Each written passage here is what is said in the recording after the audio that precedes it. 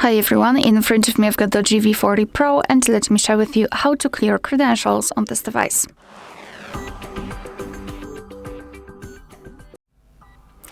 So let's start with finding and opening the settings, and let me decrease the brightness so you will be able to actually see anything. In the settings we have to scroll and find the option Security and Privacy.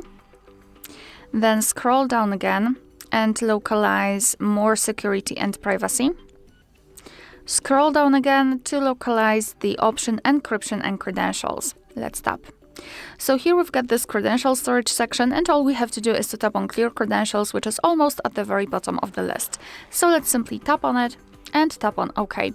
As you can see here, we've got the information, but not only. Moreover, this option to clear credentials is grayed out, is inactive, which means that we just successfully removed all saved certificates. Alright, so that will be all. Thank you so much for watching. Please hit the subscribe button and leave the thumbs up.